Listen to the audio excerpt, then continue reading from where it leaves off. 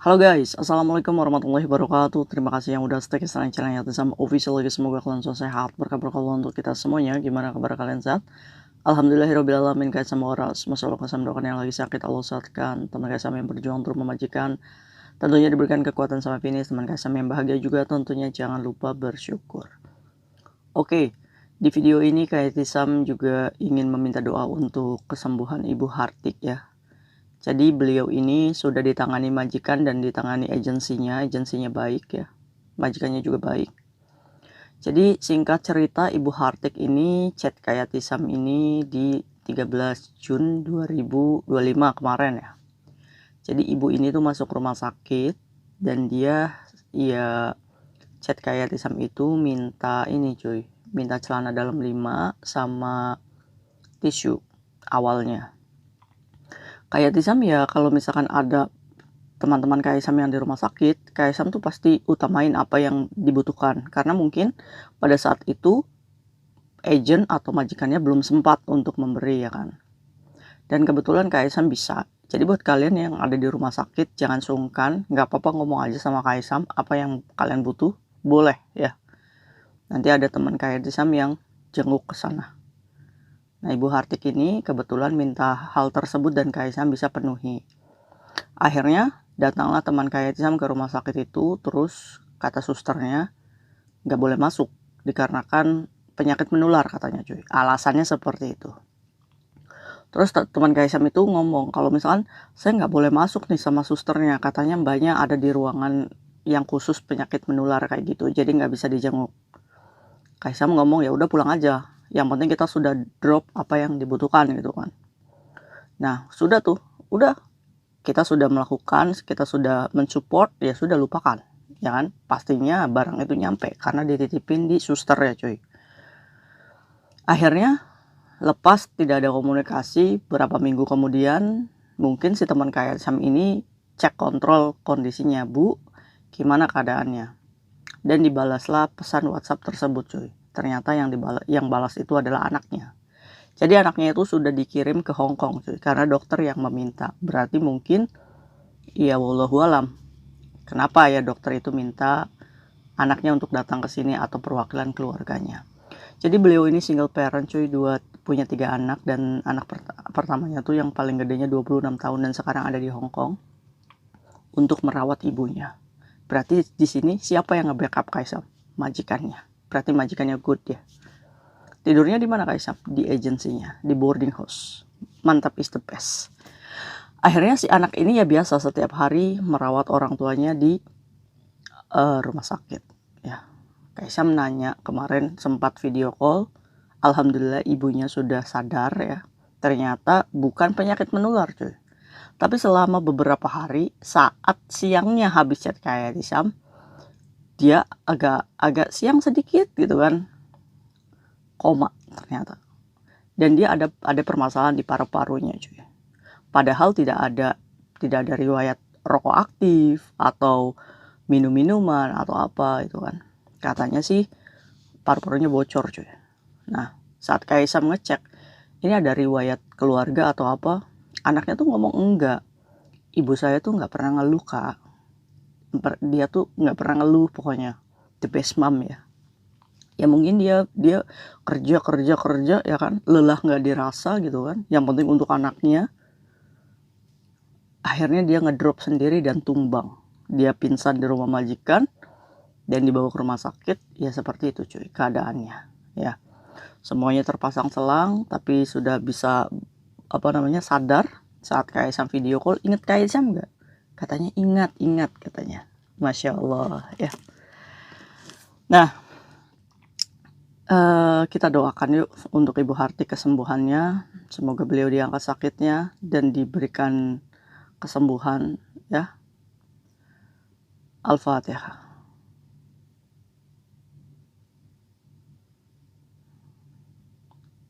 Amin ya robbal alamin.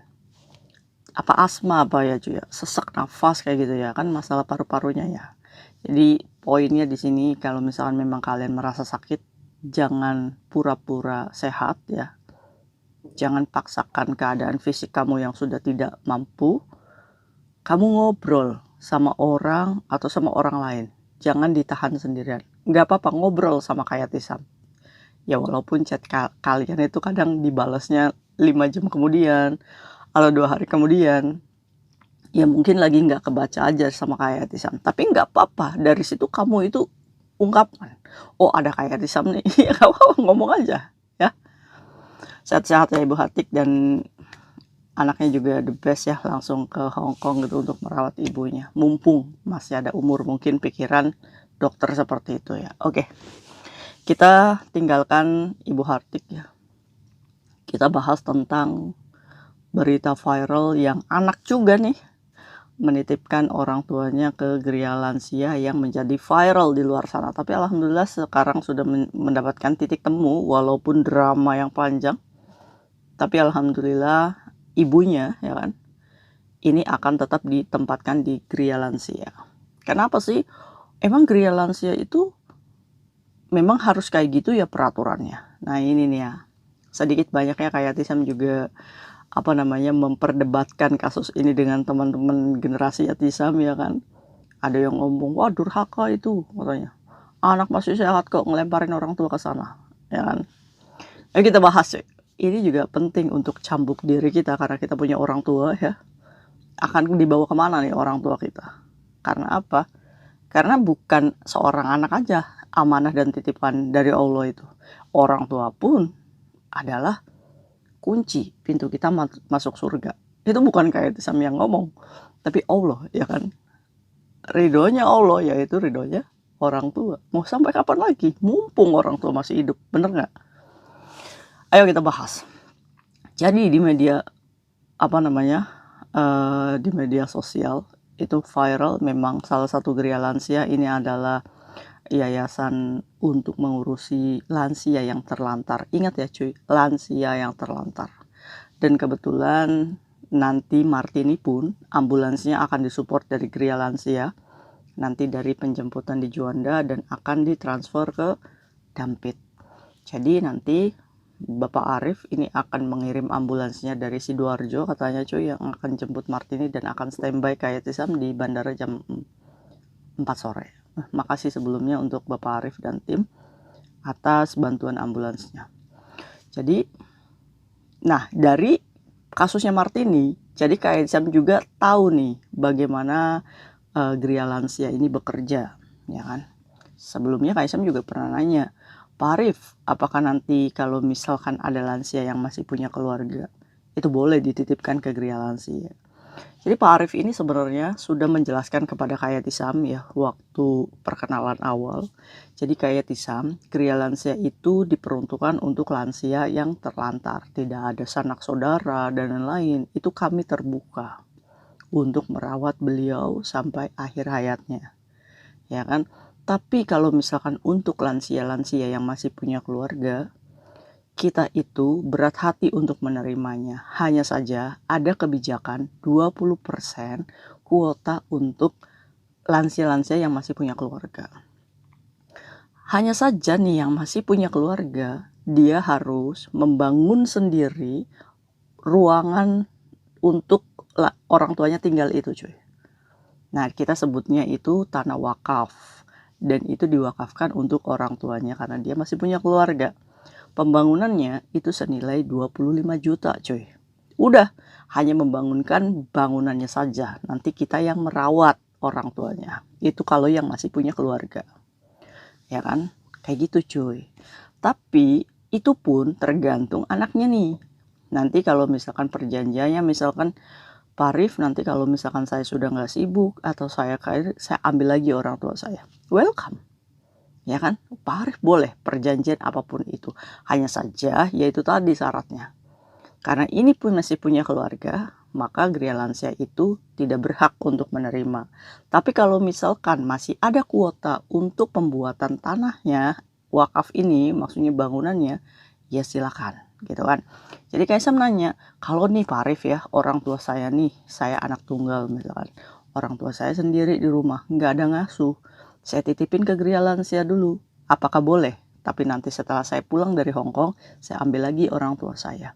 Boleh, silakan.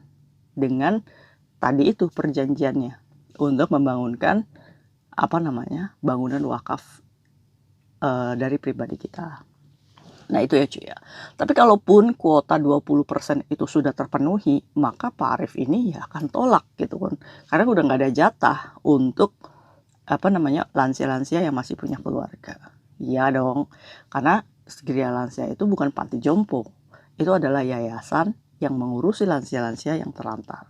Nah, kenapa kasus kemarin itu viral di luar sana? Ini ada 2 orang anak ya, perempuan, ya otomatis sudah dewasa. Dia dititipi seorang ibu yang umurnya sudah menua ya cuy ya. Jadi ibu ini punya penyakit stroke dan mungkin dimnesia ya cuy ya. Biasalah kayak nenek-nenek kita di Hong Kong gitu kan, yang narekin pampers sendiri, yang jalan sendiri kalau malam gitu kan. Nah ini kebetulan 2 anaknya ini dalam keadaan ekonomi yang kurang mampu. Kurang mampu itu dalam arti gimana? Mungkin banyak hutang, terus dia juga bekerja dua-duanya. Yang satu kalau nggak salah itu buruh sapu ya kan di sekolah. Yang satu pegawai pabrik katanya cuy. Dua-duanya ini bekerja hingga orang tuanya ini tidak ada yang menjaga. Awalnya itu dirawat oleh anaknya yang kedua cuy. Ya kan? Akhirnya orang tua ini kadang jalan ngesot gitu kan ke jalan raya. Ini yang menjadikan kedua anaknya ini untuk gimana ya caranya ya orang tua kita tuh supaya ada yang ngerawat gitu kan.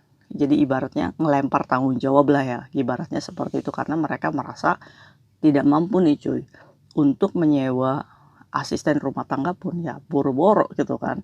Mungkin dia ini sering mengikuti aktif dengan medianya Gria Lansia, dimana dia kayaknya kita minta tolong aja ya sama Gria Lansia, orang tua kita dititipin di sana ya kan. Nah awalnya mereka berdua ini hanya chat by message lah, begitulah kebaikan Pak Arief, dimana semua chat juga dibalas gitu kan. Nah si 2 anak ini ngomonglah sama Gria Lansia, Pak saya mau nitipin orang tua kita gitu kan. Ya pastinya Pak Arief akan menjelaskan seperti yang dijelaskan kepada Kayatisam, di mana hanya 20% kuota dan kita harus membangunkan bangunan wakaf itu sendiri.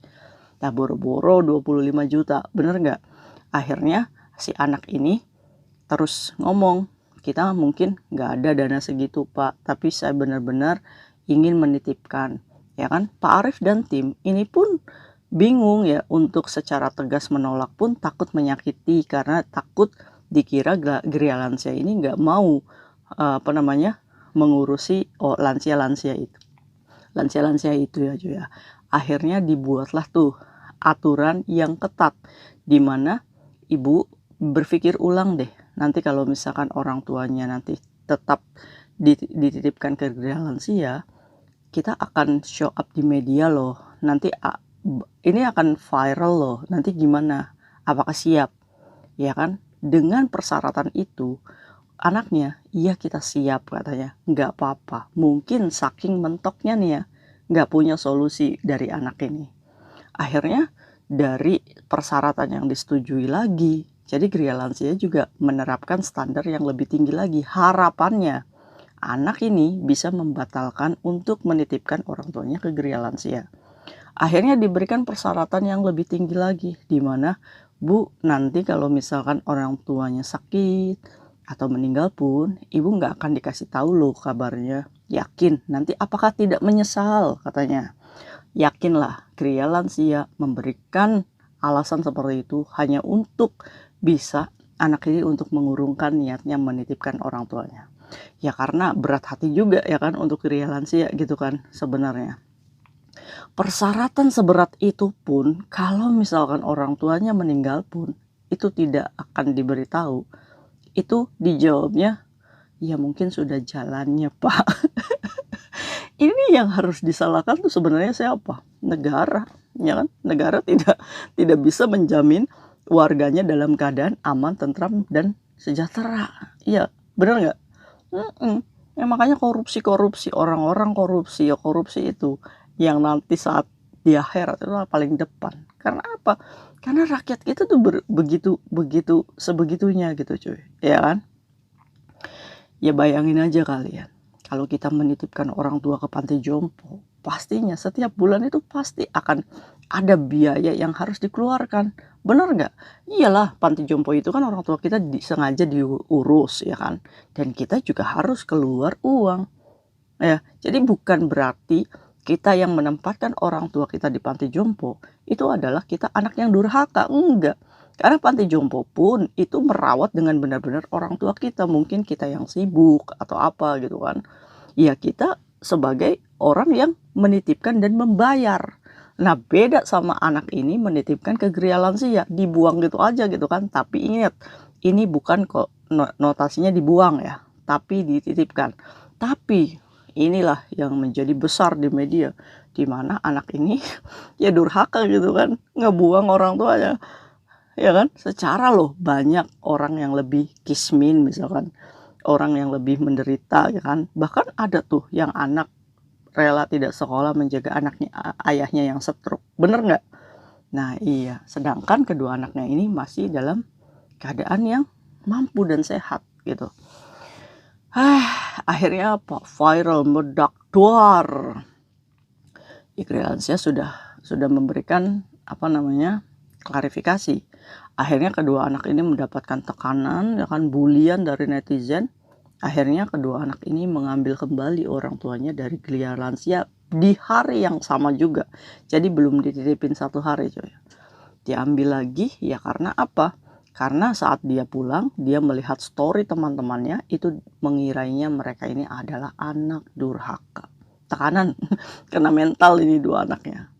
Nah akhirnya karena ini juga sudah sudah boom gitu kan, ini diperhatikan oleh dinas sosial setempat. Iya benar, ini adalah tugas dinas sosial setempat, ya kan, benar ya. Semoga aja nih dinas-dinas sosial di wilayah ini benar-benar mensurvei ya, berapa orang tua yang anaknya bekerja begini, apa nih yang bisa kebijakan untuk membantu mereka, benar nggak?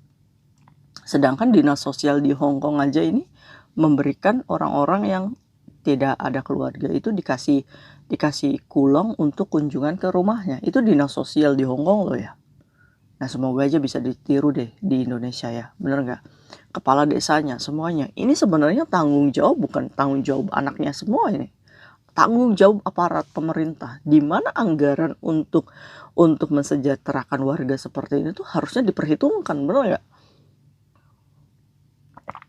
Karena sudah viral ya, dimana Bapak Arief pun mungkin merasa bahwa saya ini dilema, kalau saya menerima ini nanti akan dicontoh yang lainnya. Jadi nanti Gria Lansia takutnya dijadikan tempat penitipan orang-orang tua yang masih punya anak. Itu kan bukan konsepnya Gria Lansia gitu cuy. Iya kan, berat juga Pak Arief juga melakukan ini. Akhirnya ditengahin oleh Pak Purnomo ya, salah satu aparat di situ, dimana mungkin Pak Purnomo bekerja sama dengan siapa gitu kan, atau uang pribadinya Pak Purnomo sendiri itu kan yang mungkin yang membelikan tanah wakaf di Gria Lansia gitu kan, sehingga di titik tengah ya kan, jadi ibunya ini tetap akan diurus oleh Gria Lansia ya kan. Di sini anaknya juga meminta maaf karena sebenarnya kita tuh bukan ya, tahu lah ya, intinya mereka juga nggak mau dinilai anak durhaka karena mereka juga begitu sayang sama orang tuanya. Hanya saja karena nggak tahu Pak saya harus gimana, saya hanya pengen ibu saya mendapatkan ibaratnya kesehatan yang layak, ada yang menjaga dan merawat, tidak jalan ngesot sendiri lagi ke jalan. Sehingga Pak Purnomo ini ngomong ya sudah, ini mungkin jalan dari Allah untuk menyelamatkan dan memberikan hikmah terbaik untuk keduanya dan bisa memberikan pembelajaran nih untuk teman-teman di luar sana. Ya kan?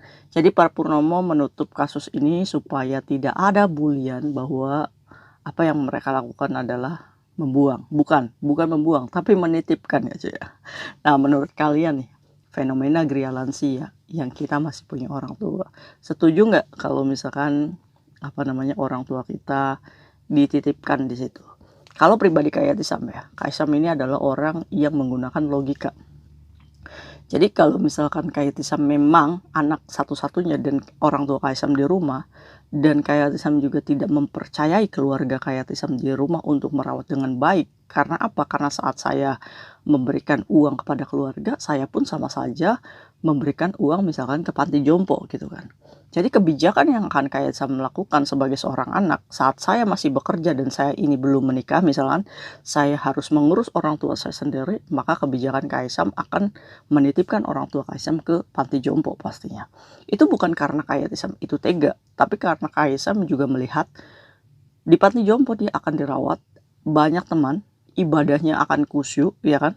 Dan Kaisang akan kerja di sini semaksimal mungkin karena apa? Karena untuk beliau juga dan untuk masa depan kita berdua, ya kan? Itu kalau Kaisang ya. Jadi tidak semua anak yang menitipkan di panti jompo itu adalah anak yang durhaka. Bener nggak menurut sudut pandang Kaisang? Itu adalah pribadi Kaisang ya. Tapi Kaisang juga pengen denger nih, pribadi kamu gimana? Kalau kamu posisinya seorang anak yang sedang bekerja dan nggak tahu harus bagaimana mengurus orang tua, apa yang harus kalian lakukan? Ayo coba bedah kasus, ya kan? Oke, jadi kasus mbaknya yang kemarin viral itu sudah ditutup dan keputusan akhirnya orang tuanya tetap di kria lansia nantinya. Ya itu ya. Coba gimana nih kalau kalian seorang anak dan dititipi amanah orang tua, apa sih yang harus kamu lakukan? See you next video, bye-bye. Assalamualaikum warahmatullahi wabarakatuh. Bye.